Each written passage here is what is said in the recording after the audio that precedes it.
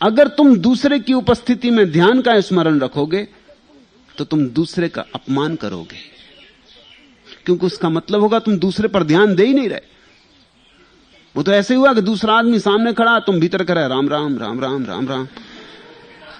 अब ये जो राम सामने खड़े हैं इनका अपमान हो रहा है।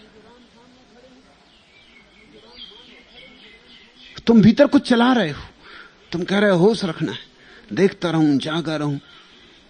तुम एक काम में उलझे हो, ये बेचारा सामने खड़ा, ये देखेगा कि मुझसे तो कुछ लेने ही देना नहीं, ये अपमान हो जाए, ये राम का अपमान हो जाएगा। जब कोई सामने मौजूद है, भूलो अपने को, पूरी तरह इसमें डूब जाओ।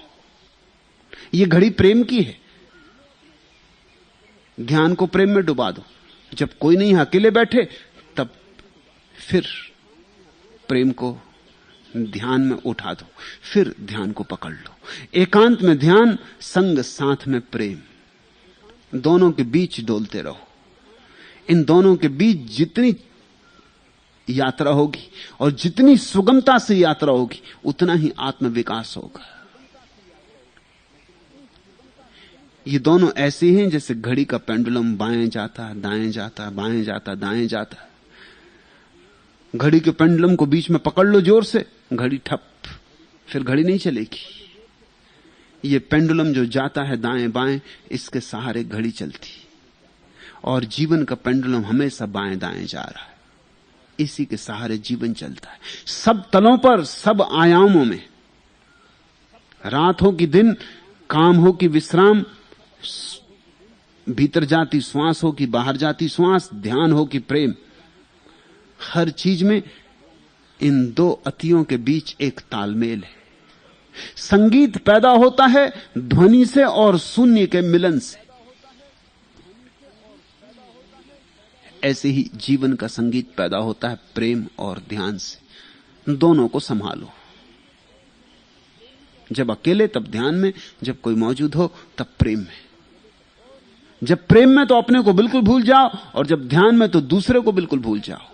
और ये रूपांतरण इतना सहज होना चाहिए, इतना तरल होना चाहिए कि इसमें जरा भी अड़चन ना हो। ये सहज रूप से हो जाए, जैसे तुम घर के बाहर आते, भीतर जाते, जैसे श्वास लेते, श्वास छोड़ते, इतना ही सहज होना चाहिए। मैं तुम्हें ध्यान और प्रेम दोनों की अति एक साथ सिखाता हूं। जो अकेला ध्यान करेगा उसके व्यक्तित्व में थोड़ी कमी रहेगी, वो रूखा रहेगा। इसलिए अगर जैन मुनि तुम्हें रूखी मालूम पड़ते हैं, बौद्ध भिक्षु रूखे मालूम पड़ते हैं, तो कुछ आश्चर्य नहीं। रूखेपन का कारण है अकेला ध्यान। एक अंग चुन लिया, एकांगी।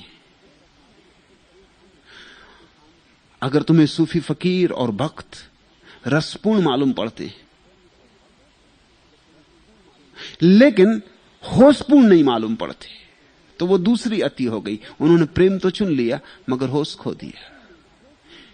प्रेम में बेहोशी आ जाती, ध्यान में रुक्षता आ जाती। मैं चाहता हूं कि तुम पूरे मनुष्य हो जाओ। पृथ्वी पर अब तक जितने धर्म रहे हैं, उन्होंने मनुष्य की समग्रता पर जोर नहीं दिया। एक पंख काट दिया, एक ही पंख बचा लिया, मगर फिर चल उड़ना बंद हो जाता है। ये पृथ्वी बहुत धन्यभागी हो सकती है अगर दोनों पंख हो। उन पंखों का मेरा नाम है ध्यान और प्रेम। दोनों को संभालो, दोनों के बीच एक तारतम्य, एक छंद पैदा करो, दोनों के बीच लयबद्धता को आने दो। उन दोनों के बीच तुम तीसरे को पाओगे, वही साक्षी है। उन दोनों के बीच जितना डूब जाओगे, जितना सरलता से, स्वस्फूर्ति से लीन हो जाओगे, उतना ही जल्दी तुम पाओगे तीसरा पैदा हो गया। तीसरा पैदा ही तब हो सकता जब दो की पूरी सरगम बैठ जाए। उस तीसरे का नाम साक्षी है, वो पराकाष्ठा है, वही समाधि है, वही ब्रह्म अनुभव है, वही बुद्धत्व है, वही जिनत्व है। आज इतना है।